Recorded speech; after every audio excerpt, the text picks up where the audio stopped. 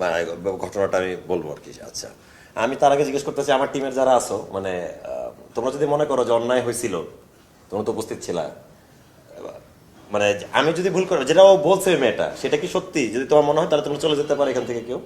আর যদি মনে হয় যে না নিউট্রাল আছো, তাহলে থাকতে পারো। তোমরা কি চাও, থাকবা? ওকে, ঠিক আছে। আচ্ছা, আমি খুবই লজ্জিত, কখনোই আমার নিজের ক্যারিয়ারে, হোল ক্যারিয়ারে এরকম কখনো লাইভে গিয়ে নিজেকে ক্লিয়ার করা লাগে নাই। তো কথা হচ্ছে যে আমরা কাজ করতে আসি শুটিং সেটে, একটা ডিরেক্টর আমাদেরকে টাকা পে করে, আমাদের আর্নিং হয়, এটাই আমার চাকরি, আর কিছুই করি না, এটা আমাদের চাকরি। এখন চাকরি ক্ষেত্রে সিনিয়র জুনিয়রকে বকা দেয়, সেটা কর্পোরেট জব হোক, শুটিং লাইফ হোক, ব্যবসা বাণিজ্য প্রতিষ্ঠান হোক, যেই চাকরি হোক। এখন আমরা এখানে রিলস করতে বা টিকটক করতে শুটিংয়ে আসি না, এটা হচ্ছে ফার্স্ট পয়েন্ট। আমরা প্রতিদিন কাজ করি, বাসায় যাইতে 11টা-12টা বাজে, আমরা চাই যে যত দ্রুত শেষ করে বাসায় ফেরা যায়। এখন আমার কো আর্টিস্ট যেই অভিনেত্রী মানে আমার নামে অভিযোগটা দিল, সে আর কি ফার্স্টে আমার সাথে কিন্তু আগেও কাজ করেছে, আগের লটে কাজ করেছে, এবং ও ছিল আমাদের 2 কাজের মেয়ের রোলে ছিল। খুব একটা মজার কাজ করি আমরা, না কোনো ভালোই পরিচয়, মানে হাই হ্যালো পর্যন্তই, না বাড়তি কথা আছে, না কোনো ইয়েও আছে আর কি, কোনো ক্ল্যাশ আছে আমাদের। তো পরশুদিন থেকে ঘটনা শুরু আর কি এই লটের।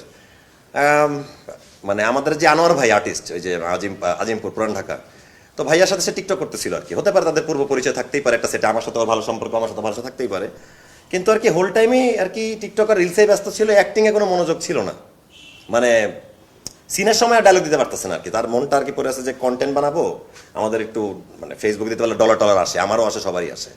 এখন কথা হচ্ছে আমিও তো বানাই না, আমি তো আমার ইউটিউব চ্যানেল আমার নিজেরই আছে, ম্যাঙ্গো স্কোয়ার। কোনোদিন তো আর মুসিবত আনলিমিটেড সেটে এসে তো আর আমার নিজের কন্টেন্ট আমি বানাই নাই। তো এই মানে ধরেন যখন সে ডায়লগ ভুল করা শুরু করলো, অনেকবার 3-4 বার ও একবার বকা দিল, দেওয়া উচিত ছিল ডিরেক্টরের। আমি এই দিক থেকে দুঃখিত যে আমি গালি দিছি বা বকা দিয়েছি, আমি এটাও বলবো আমি কি বলছি। এখন আমি তাকে বললাম যে তুমি যে রিলস করতেই সেটা চিৎকার করে বলছি, রাগ করে, আমার রাগ লাগছে, কারণ আমিও তো এখানে কনসার্ন থেকে কাজ করতেছি, 10টা সিন করে বাসা যাওয়ার অপেক্ষায় আছি। আমি বলছি যে কেন তুমি রিলসে তুমি আর মনোযোগ, তুমি কেন আমাদের সাথে শুটিং করতে পারতেছো না? ডিরেক্টর তো আমাদের কাছে টাকা দিয়ে নিয়ে আসছে, হ্যাঁ এটা তো করতে পারো না। এখন তুমি যদি মনে করো তুমি আমাদের সাথে কথাও বলো না, মিশো না, তুমি টিকটক করছো আনোয়ার ভাইয়ের সাথে, এটা তোমাদের পার্সোনাল ব্যাপার, কিন্তু চোখে মুখে তো রেসপেক্ট সবার প্রতি সবার থাকা দরকার। ওর প্রতি আমার প্রতি ওনার প্রতি আমার, মানে যেই সিনিয়র জন যেই হই, এই ছেলেপেলেগুলো আমাকে রেসপেক্ট করে, আমিও কিন্তু ওদের ভালোবাসি, ওরাও কিন্তু কম বকাগালি খায় না। শুধু আমার কাছে কেন, যে কোনো লিড রোল কি আর মানে বকাবকি, এটা আমাদের ফ্যামিলির ভাই, আপনারা যারা দেখতেছে আপনাদের পরিবারের মধ্যে একটু ঝগড়াঝাটি বকাবকি হয়, সেটা বলছি। এবং আমি এটাও বলছি, I don't want to see your face, I don't want to even fuck you. আমি বলি না I want to fuck you, আমি বলেছি I don't want to see your face, I don't want to fuck you, I want work. আমি কাজ করতে আসছি, আমার সাথে অ্যাক্টিং করে তুমি বাসায় যাবা, আমি আমার বাড়ি যাব, আমরা কেউ এখানে 24 ঘন্টা থাকি না। এখন মেয়েটা একটা দেশ টিভিতে গিয়ে যে বলল যে আমি গাঁজা খাইছি, প্রতিটা সিনের পর গাঁজা খেয়ে সেটে এসে কাজ করছি, এবং আমি ছাদে গিয়ে গাঁজা খাচ্ছিলাম, এবং হচ্ছে আমি এবং বলছি যে আমার সামনে থেকে সরো, ক্লোজ দিতে পারতেছি না। ভাই অনেকগুলো মিথ্যা কথা এখানে আসলে আছে। আমি গাঁজা হোল্ডেতে খাই নাই। সবচেয়ে মজার ব্যাপার, দোলন চাপা সেটে প্রতিটা ফ্লোরে সিসিটিভি আছে, প্রতিটা রুমে। আমি মেয়েটার গায়ে হাত তুলি নেই, মারা তো অসম্ভব, এটা হতেই পারে না। 10 বছর ক্যারিয়ারে আমি কোনো মেয়ের গায়ে ভাই হাত তুলবো কেন? এরা তো আমার বাসায় আমার আম্মা আছে, আমার বোন আছে, আমি নিজে রিসেন্টলি বিয়ে করেছি, আমার বউ আছে। ম্যারিড লাইফে এই ক্লেমটা একদমই বাজে কথা। আর সেক্সুয়াল হ্যারাসমেন্ট, 40 জনের সামনে আপনি কারোর সাথে মানে এই টাইপের কথা বলতে পারেন না। আমার মনে হয় মেয়েটা যদি সেক্সুয়ালি হ্যারাসমেন্ট হয়ে থাকে, তাহলে ওই টিকটক যে করতেছিল সেটা তার আনোয়ার ভাইয়ের সাথে ঘটেছে, মানে যদি আলাপ হয়ে থাকে কোনো রকম নিজেদের আলাপ। কিন্তু আমি না ছিলাম ছাদে, এবং যে রুমে আমার ব্যাগ রাখা ছিল মেকআপ রুমের বাইরে, যেখানে সেখানে সিসিটিভি আছে, না খাইছি গাঁজা ওইখানে। আপনারা চাইলে সাংবাদিক ভাইরা আপনারা ইয়ে করতে পারেন, মানে দোলন চাপার এই যে উত্তমের কাছ থেকে সিসিটিভি ফুটেজ কালেক্ট করতে পারেন, এটা তো আমাদের সুবিধা হবে। আচ্ছা, মারলে কি হইতো? শুটিং সেটে যেখানে আমি বোকাটা দিলাম গতকাল, আমি তো মারতে গেলে ফিজিক্যালি আগেও যেতাম, সেটা তো ফুটেজে থাকতো। আমি তো 10 হাত দূরে দাঁড়ায় গালি দিচ্ছি বা হাত দিয়ে আগল দিতে যাচ্ছি, মানে আমি বকা দিচ্ছি, তাহলে মারলাম কখন? আর আমি আচ্ছা সেক্সুয়াল হ্যারাসমেন্ট করলামই বা কখন? আচ্ছা আমি কি, তোমরা কি মনে করো আমি কি সেক্সুয়াল হ্যারাস করছিলাম? আমি কি বলছি আমি তোমাকে ধর্ষণ করতে চাই? আমি তো ওই পরিবারের, মানে আমি ম্যাঙ্গো স্কোয়াড দিয়ে মিডিয়াতে আসছি, আমি সবসময় নীতির পক্ষে ছিলাম, আমি একটু দুর্নীতি করার বিরুদ্ধে অলওয়েজ ছিলাম। আমি সরকারের বিরুদ্ধে, সরকার দুর্নীতি করলেও আমি তার বিরুদ্ধে কথা বলছি। আমি সাইবার ক্রাইমকে 5 দিন হাজিরাও দিছি। আমি একটা মেয়েকে রেপ কেন করতে যাবো নিজের বোন থাকতে? মানে আমার ফ্যামিলির কি কোনো ভ্যালু নাই? এটা তো ফেসবুক স্ট্যাটাস, এটা তো সোশ্যাল স্ট্যাটাস, আপনি আঘাত হানতেছেন। মানে আপনাকে তো বুঝতে হবে যে আমিও একটা পরিবার বিলং করি। আমি অবশ্যই মেয়েটাকে সরি বলার জন্য আমি রেডি, মানে আমি বলতেছিলাম সকালে যে আচ্ছা আর্টিস্ট সিকিউরিটিতে জানা যদি আমাদের একসাথে চা খেয়ে আমরা যদি মেয়েটার সাথে কথা বলা যায়, একটা মেয়েকে আমি যাই don't see your face I don't fuck you বলছি, এটা খারাপ বলছি, আমি এটার জন্য দুঃখিত। আসতে বলেন, আপনি কালকে তাড়াহুড়োর মতো বলছেন দেখে ইংলিশটা বোঝা নেই। হ্যাঁ আচ্ছা, তো আমি আসলে আমি দুঃখটা পাইছি যে আমি যে আমরা সবাই যে চাকরি করি সবারই বাসায় যাওয়ার একটা তাড়া থাকে ভাই, ওই বারবার ভুল করতে থাকে, রিলস করতেছি ওইখানে মনোযোগ, ওইটাতে ডলার কামাইলে তাহলে ওইটাই করি, তাহলে শুটিং সেটে আসার দরকার কি, আমরা তো এখানে খেলাইতে আসি নাই।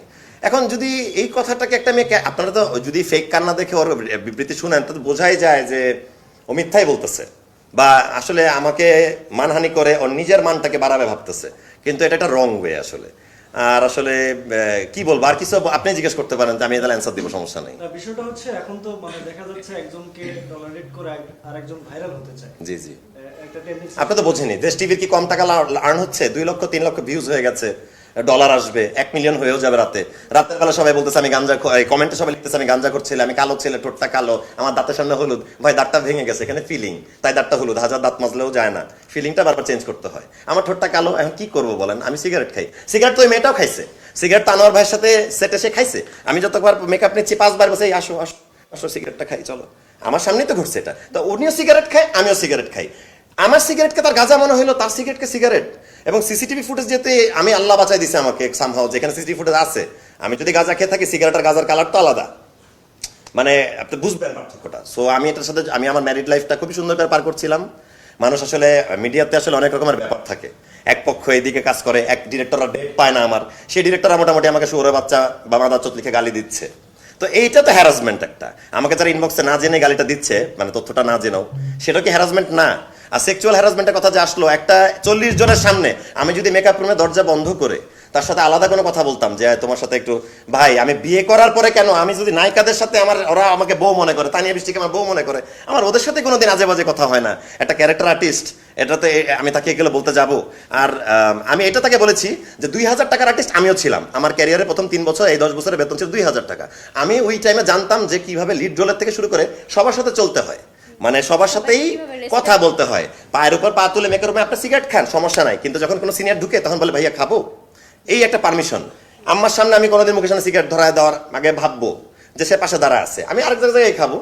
এখন কথা হচ্ছে যে আপনি নিজেও ধোয়া তুলসী পাতা না, আপনি নিজেও জানেন, আপনি এই ব্লেমটা দেওয়ার আগে আপনার ভাবা উচিত ছিল আপনি কি চান আসলে। আমি তো এটা সলভই করতে চাইছিলাম আর্টিস্ট সিকিউরিটি দিয়ে, আপনি তো চাইতেছেন ভাইরাল হতে, আপনি তো সফলও, আল্লাহ রহমত আপনি সফল, যেহেতু আমি এত গালিগালাজ খাইলাম, আমার ফ্যামিলিটাও কেউ ছোটই করলাম, আমি খুবই লজ্জিত ভাই, আমি মন থেকে খুবই লজ্জিত। সকালে নবী ভাই ওই মেয়ের সাথে কথা বলতে চাইছে, কিন্তু নবী ভাইয়ের ফোন কেটে দিছে আর কি, মানে ও আর কি অবশ্যই তুমি সলভ করি কিভাবে করতে চলো বসি। হইতেছিল হয় না, আমাদের আসলে টক অফ দ্য মুভমেন্ট আমরা অনেক কিছু বলে ফেলি, হ্যাঁ, তো আমরা সিনের মধ্যে ছিলাম, সিনের মধ্যে হুট করে ও যে বললো যে যেটা ফার্মিং করতেছিলাম, তো ফার্মিং করতে গেলে ওনার জন্য ওনার তো আসলে পারফরমেন্স, কারণ উনি যখন পারফর্ম করবেন ওনার পারফরমেন্সটা তো জরুরি, মেয়েটা যখন পারফর্ম করতেছিল তো ওনার ক্লোজ ছিল, তো হুট করে দেখলাম যে উনি বায়াস করছে, হ্যাঁ তুমি মানে কাকা, মানে উনি কি বলছে, মানে স্বামী অনেক বেশি রাগারাগি করছে, রাগারাগের মধ্যে আমিও আপনাকে যদি কিছু বলতে চাই, আমি বলছি নিয়ে যাও, আমরা বলছি ভাই, দুইজনই কিন্তু চুপ হয়ে গেছে। তারপরে সেই মেয়েটা বসে 2 ঘন্টা ও কাঁদছে আর আমরা নাকি বসেছিলাম 2 ঘন্টা ধরে কি কোনো টিম বসে থাকে, মানে এটা তো সম্ভব না, এটা তো মিথ্যা কথা আসলে। ওকে আমি পার্সোনালি বোঝানোর চেষ্টা করছি, ওনাকে বলছি যে ঠিক আছে আপনি সিনিয়র, আপনি জুনিয়র একটু বকা দিচ্ছেন, মানে এটা ঠিক হয়নি, আর ওরাও একটা জিনিস বলছিলাম যে বাবা সিনিয়রদের সাথে কাজ করতে গেলে একটু বকাবকি হয়, ঠিক আছে, এগুলা মানে মাথায়, আমি তো সেন্টেন্সটা বললাম আমি কি গালিটা দিছি বা খারাপ কথাটা বলছি, কিন্তু সেক্সুয়াল হ্যারাসমেন্ট তো এটা কি কথা আসলে, মানে তো হতেই পারে না, এই কথাটা তো আমার টিম তো, আর ওই মেয়েটাই মানে ওই মেয়েটাই মাত্র 2 দিন আমাদের সাথে শুটিং করে আমার নামে ক্লেমটা দিয়ে চলে গেল, এরা আমার সাথে দিনের পর দিন শুটিং করতেছে এই সিরিয়ালের, আমি কি বলবো বলো। আপনাদের অভিনয় শিল্পীর সঙ্গে কোনো অভিযোগের বিষয়ে আপনি হ্যাঁ আমরা কথা বলছি, আমরা জানাইছি, সকালে জানাইছি যে মানে এরকম একটা ঘটনা ঘটছে আর কি, হ্যাঁ ওই আগে জানাইছে রাতে কালকে, আর আজকে সকালে আমি কথা বলছি। আপু আপনি তো ছিলেন ঘটনা, তাও সেটাই ছিল, আমার সিনেই ছিল, আমি ওই সিনেই ছিলাম। হ্যাঁ, কি ঘটনাটা ঘটেছিল একটু জানতে চাই আপনার কাছ থেকে, শামীম ভাইয়ের কাছ থেকে তো আমরা শুনলামই, যেহেতু আপনি ছিলেন ওখানটায়, একটু আপনার মতো করে যদি আপনি বলতেন। আচ্ছা, শামীম ভাই যেটা বললো সেম এই ঘটনাটাই ঘটছে। ও অ্যাকচুয়ালি শুটিং এ মানে নবী ভাই যখন আমাদেরকে ব্রিফ দিচ্ছিল, ও আসলে কনসেন্ট্রেশনটা ছিল না, ওর কনসেন্ট্রেশনটা না থাকার কারণে দুইটা ক্যামেরাতে যেহেতু কাজ হচ্ছিল, আমার ক্লোজ ধরা ছিল, শামীম ভাইয়ের ক্লোজ ধরা ছিল, কিন্তু ও হচ্ছে মানে ভুলভাল বলতেছিল আর কি, মানে ওর যে ডায়লগটা প্রপার দিতেছিল না, সো আমাদের অ্যাক্টিং করতে অসুবিধা হচ্ছিল, অনেকবার এনজি হচ্ছিল আমাদের মানে ডায়লগস ডেলিভারি দিতে। তো তখন হচ্ছে শামীম ভাই ওকে বলছে, একটু রাগ করেই বলছে যে ভাই মনটা কই কাজটা করি আমরা, চলো কাজটা করি, আমরা তো এখানে কাজটাই করি, টাকা পাই, কাজ করি, আর্নিং করি। স্যাংটাও বলছে এই ওয়ান ডোন্ট হ্যাঁ আই ডোন্ট নো, আমরা এটাও চাই, হ্যাঁ এটাও বলছি, স্যাংটা বলছি, আমি তো অস্বীকার করতেছি, আমি তো বললামই তো। এটা তো ভাই, এটা তো আমরা মানে চাকরিতে বলেই ভাই সিনিয়র জুনিয়রকে, আপনিও বলেন আই গেস, মানে একটু রেগে গেলে এইভাবে কথা বলেন, সো এটা তো আসলে এইভাবে কান্নাকাটি করে মানে ভিউ কামানোর জন্য আরেকজনের নাম ভাঙিয়ে এটা আসলে ঠিক না। আচ্ছা, আপনার চোখে শামীম হাসান আসলে কেমন লোক একটু জানতে চাই। শামীম ভাই আমি বলবো, আমি তাকে হচ্ছে মানে আমার মনে হয় যে আমি তাকে অনেক ভালোভাবে চিনি, কারণ আমি তার খুব ভালো একজন বন্ধু। সে দুর্দান্ত পারফর্মার, অ্যান্ড সে হচ্ছে যখন শুটিং সেটে আসে সে একবার জন্য ফোনটাও টাচ করে দেখে না, মানে কারোর সাথে চ্যাটিং বলেন, ফোনে কথা বলেন, সেই দিকে খুবই কেয়ারলেস, সে শুধুমাত্র অ্যাক্টিংটাতেই ফোকাস থাকে তার, এবং ডিরেক্টর তাকে কি কমান্ড করলো, ডিরেক্টর তাকে কি বলতেছে, এই দিকেই তার ফোকাস থাকে। আর অন্য যদি কেউ হচ্ছে অন্যদিকে একটু মানে এটা সেটা করে বা একটু গা হেলামি দেয়, তখন শামীম ভাই অবশ্যই বলে, সেটা যেই হোক, বলে যে তুমি শুটিংটাতে কনসেন্ট্রেশন দাও, এটা আমাকেও বলে, আমিও শামীম ভাইয়ের কাছে অনেক গালি খাইছি। দ্যাট ডাজন্ট মিন যে সে আমাকে কোনো স্ল্যাং বলছে বা অপমানিত করছে, এরকম কোনো বা সেক্সুয়াল হ্যারাসমেন্ট করছি, মানে প্রশ্নই আসে না। আমার আসলে এই শব্দটা বলতে অনেক লজ্জা লাগে, আমারও খারাপ লাগতেছে যে আমি এটা আমার ক্যারিয়ারে শুনতে ইন্টারভিউতে আমি একটা লাইন শুনছি, সে বলতেছিল যে ছাদে যখন সে গেছে আনোয়ার ভাইয়ের সাথে করতে, ভিডিও বানাইতে, শামীম ভাইয়ের নাকি গাঁজা খাইতে সমস্যা হচ্ছিল, এর জন্য নাকি শামীম ভাই তাকে এরকম ভাবে বকা দিছে, অথচ ফুল ডেতে কালকে শামীম ভাই ছাদেই যায় নাই। খালি কাঞ্চন ভাষাতে একটা সিন ছিল, সেটাতে আমি ছাদে গেছিলাম, সিসিটিভি ফুটেজ সবকিছু পাবেন যদি চান এই হাউসের, সিসিটিভি ফুটেজ জাস্ট প্রমাণ, এবং মেয়েটা আসলেই ব্যাকফায়ার ওর দিকে যাবে। করে দিছে কোনটা? হ্যাঁ, মনে হচ্ছে কেউ আসলে স্ক্রিপ্ট, হ্যাঁ কেউ, এবং হ্যাঁ গাঁজা খাওয়ার কথা এবং সেক্সুয়াল হ্যারাসমেন্টে যাই 5 বার 6 বার বলছে, এটা একটা গ্রুপ ডিসকাশন ছিল, এটা একটা প্ল্যান্ড একটা ব্যাপার আর কি। আমি আসলে একটা জিনিস বেশি অবাক হচ্ছি ভাই, ধরেন আমাকে এই ধরনের কথা বলছে, বাট আমি যে আপনি পর্যন্ত যে কথাগুলো বলবো, প্রেস কনফারেন্স করব, প্রেস কনফারেন্স এখানে একটা ব্যাপার আছে আসলে পিছনে, এই সাহসটা কোনো মানুষ আমার নাই। আছে। ওই মেয়েটার কিভাবে হয়ে গেল? অবশ্যই পিছনে কেউ আছে আমার মনে হচ্ছে।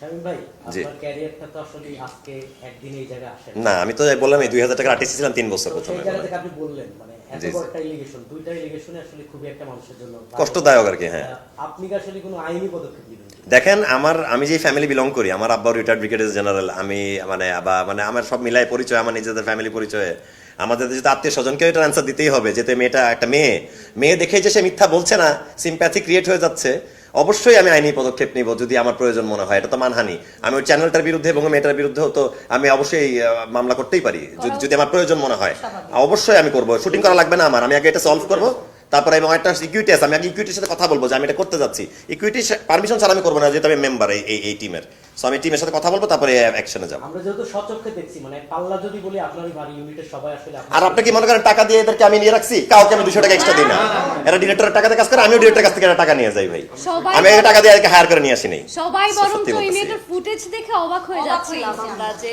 ও একটা মেয়ে, ওরা নায়িকা না, ওদেরকে একটু জিজ্ঞেস করেন আমার ব্যাপারে, আমি একটু জিজ্ঞেস নিজেই করেন। 2 বছর ধরে এই টিমের সাথে কাজ করতেছি, কোনো দিনও ভাইয়া এভাবে কারোর সাথে কথা বলছে আমি দেখি নাই অন্তত। বকা ও খাইছে, অ্যাক্টিং ভালো না লাগলে এই তুমি ভালোভাবে করো। গ্রিন রুমে গিয়ে আমরা যা তাই হয়ে গেছি, আমিও সরি বলছি, ভাইয়া নিজে সরি বলছে যে আচ্ছা ঠিক আছে মেঘলা, ভুল তো হইতেই পারে। তো এইখানে এইটারে তিল থেকে তাল বানানো, এটা আমি কিছুই বুঝলাম না। মেয়েটা আসলে ভাইরাল হওয়ার জন্য এই কাজটা করছে, এটার কোনো দরকারই ছিল না ভাই। আর আসলে আমি ছাদে ছিলাম, গাজার ব্যাপারটা যে বারবার বলতেছে, এইখানে যে একজনের হাত আছে, মানে এইটা আমি আমি আমি আমি নিজেও জানি না, ফাইন্ড আউট করলে ইনশাল্লাহ আমি জানাবো, অবশ্যই এটা ক্লিয়ার করতে হবে। এবং আগের একটা ঘটনাও নায়িকা পার্টনার বিষয়ে কথা বলছেন সবাই মনে করেন। শামীম ভাই, আর আরেকটা বিষয় কি, একটু ছোট্ট করে বলি, এটা আমার পার্সোনাল বিষয়, শুটিং এর বাইরে সবাই অহনার একটা ইন্টারভিউকে ক্লিপ কেটে দিয়ে প্রাক্তন একটা জানোয়ার, আমি জানোয়ারের বাচ্চা, আমার বউকেও বিয়ে করার পরে এগুলা ট্যাগ বা ইনবক্স পেতে হয়েছে, আমার জন্য খুব কষ্টদায়ক। একটা নন মিডিয়ার মেয়ে লতে পড়তেছে। এখন দেখেন ওই প্রাক্তন জানোয়ারটা আসলে আমি না ভাই, আপনি যদি পুরো ভিডিওটা দেখেন, আচ্ছা অহনা তো নামটা বলতে পারেন, ওটা মেহেদী হাসান হৃদয়, হ্যাঁ বরবাদ সিনেমার ডিরেক্টর, ঠিক আছে, ওইটা তার সাথে তার 6 বছরের রিলেশন ছিল। আমি মাঝখানে 7 মাসের একটা বন্ধুত্ব করছি, তখনও তার সাথে তার যোগাযোগ ছিল। আমার এই কারণেই ওর সাথে সম্পর্কটা টিকে নাই। আমি যখন টের পাইছি যে তার সাথে তার সম্পর্ক ছিল, আমি তাকে বিয়ে করতে পারি না। বিয়ে করা দূরে থাকে, আমি প্রেমটাই কন্টিনিউ করি নাই। তারপরে 2 বছরের গ্যাপ, 23 সালে ব্রেকআপ, 23 সালে গাঁজা খাইতাম, সেটা একসাথে হতে পারে বা হতে পারে না, করতাম। 25 সালে এসে ভাই বিয়ের পরে ম্যারিড লাইফে এটা আমি করতেছি না ভাই, না বাসায়, না সেটে, না বন্ধুদের সাথে। ভাই বয়স, বিয়ে করলে আপনি তো বোঝেন যে ম্যারিড লাইফের সাথে স্যুট করার জন্য তো একটা সুন্দর জীবনযাপন করার চেষ্টা করে প্রতিটা পুরুষ মহিলা, ঠিক আছে। প্রাক্তন একটা জানোয়ারটা আমি নাই, যে কমেন্টে লিখতেছেন এই প্রাক্তন, এই যে জানোয়ার, এই জানোয়ারটাই যে মানে গাঁজা খায় বা জানোয়ারটা ওকে ছেড়ে দিয়ে চলে গেছে। আমি কাউকে ছেড়ে দিয়ে চলে যাইনি, আমি ছেলে এতটাও খারাপ না। মানুষ এটাই ভাবছে আমি একটু লাউড, একটু এইভাবে কথা বলি, কিন্তু আমি আসলে ওই জানোয়ারটাও না। আমি কাউকে সেক্সুয়াল হ্যারাসমেন্টের, আমার 10 বছরে আমার কোনো মেয়ের সাথে, আসলে মিডিয়ার কোনো মেয়ের সাথে আমার ইটিশ পিটিশ নাই। আমার ওই একজনই গার্লফ্রেন্ড ছিল 23 সালের ঘটনা। কিন্তু এছাড়া আশেপাশে ওদের সাথে যে 2 দিন কথা বলবো, চ্যাট করছি, এই সামান্থা আসো একটু কফি খাই, আল্লাহর কসম, আমার বাপ মায়ের কসম, আমার এই চরিত্রে এইসব জিনিসটা নেই। মানে অন্য কিছু হলে মানতাম, কিন্তু সেক্সুয়াল হ্যারাসমেন্ট এন্ড গাঁজা খাওয়া, এটা পরে মিথ্যা কথা। হ্যাঁ, আমি তো সেটা তো ফার্স্টে বলেই নিলাম যে আমি যে 2টা সেন্টেন্স বলছি, যে ভাই আমি যেটার ইংলিশে বলেছি সেটার বাংলা হচ্ছে, আমি তোমাকে চাইও না, আমি তোমার চেহারাও দেখতে চাই না, কিন্তু আমি শুধু কাজটাই করতে আসছি, কাজটা করে বাড়ি যেতে চাই। এখন ইংলিশটা যদিও না বুঝে, ওর পড়াশোনা করার কম থাকে, এটা আই এম সো সরি আপু, আই এম সো সরি। আমি ওই 2-3টা সেন্টেন্স বলার জন্য তোমার কাছে খুবই দুঃখিত। কিন্তু এই যে আমি আমার রিপ্লাইটা দিলাম, ফার্দার তুমি কি করতে চাও আমাকে জানাও। আমিও অবশ্যই, আমার ফ্যামিলি আছে, আমি আছি, আমার ফ্যামিলির সাথে ডিসকাস করবো, একটা সিক্রেট সাথে ডিসকাস করবো। আর আমি একটা হয়তো ক্যারেক্টার আর্টিস্ট ছিলাম, এরপরে একটু এই পর্যায়ে আসছি, হয়তো এই পর্যায়ে আরো কিছু আর্টিস্ট আছে, আমি এই পর্যায়ে আসছি। এই পর্যায়কে মানে মানহানি করে you can not go up আপু, সরি, মানে আপনি কখনো উপরে যেতে পারবেন না, বাংলায় বললাম। মানে এইভাবে মানুষের ক্ষতি করে বড় হওয়া যায় না। আর ধর্ষণ করার মতো ছেলে আমি না। আমি পার্সোনাল লাইফে দর্শকের বিরুদ্ধে এবং তাদের বিচার চাই, এটা আমি 10 বার বলছি, মন থেকেও চাই। কোনো মানুষ ইফটিস করলে বা হ্যারাস করলে আমি পার্সোনাল লাইফেও আগায় যাই, এটা আমার ব্যক্তিগত ফ্রেন্ডরা জানে। ওরাও বিদেশে আমার সাথে শুটিং করছে, ওরাও জানে যে আমি কেমন ছেলে, অ্যাজ এ প্রোটেক্টর আর কি। সেলিয়া আপনার কাছে একটু জানতে চাই শামীম ভাই সম্পর্কে, যেহেতু বিষয়টা আলোচনায় চলে এসেছে, মানে একটু কাছ থেকে অনেক কাজ করেছেন, মানে অভিনয় শিল্পী হিসেবে তো অনেক ভালো, একটু ব্যক্তি শামীম হাসান সম্পর্কে আপনার কাছে জানতে চাই।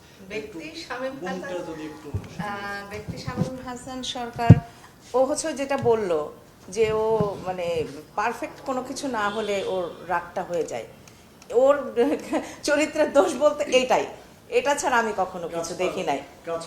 কাজ পাগল একটা, মানে কোনো কিছু পারফেক্ট না হলে ওর খুব খারাপ লাগে। এবং সামনে থেকে কেউ যদি দাঁড়িয়ে নড়াচড়া করে, ওর খুব তখন হচ্ছে সমস্যা হয়, তখন ও রেগে যায়। এই রাগটা ওর আছে, মিথ্যা কথা বলবো না। আর কালকের যে ব্যাপারটা, আমি ছিলাম না সেটে, আমি অন্য সেটে ছিলাম, যার জন্য এটা প্রশ্ন করা হলে আমি কিছুই বলতে পারবো না।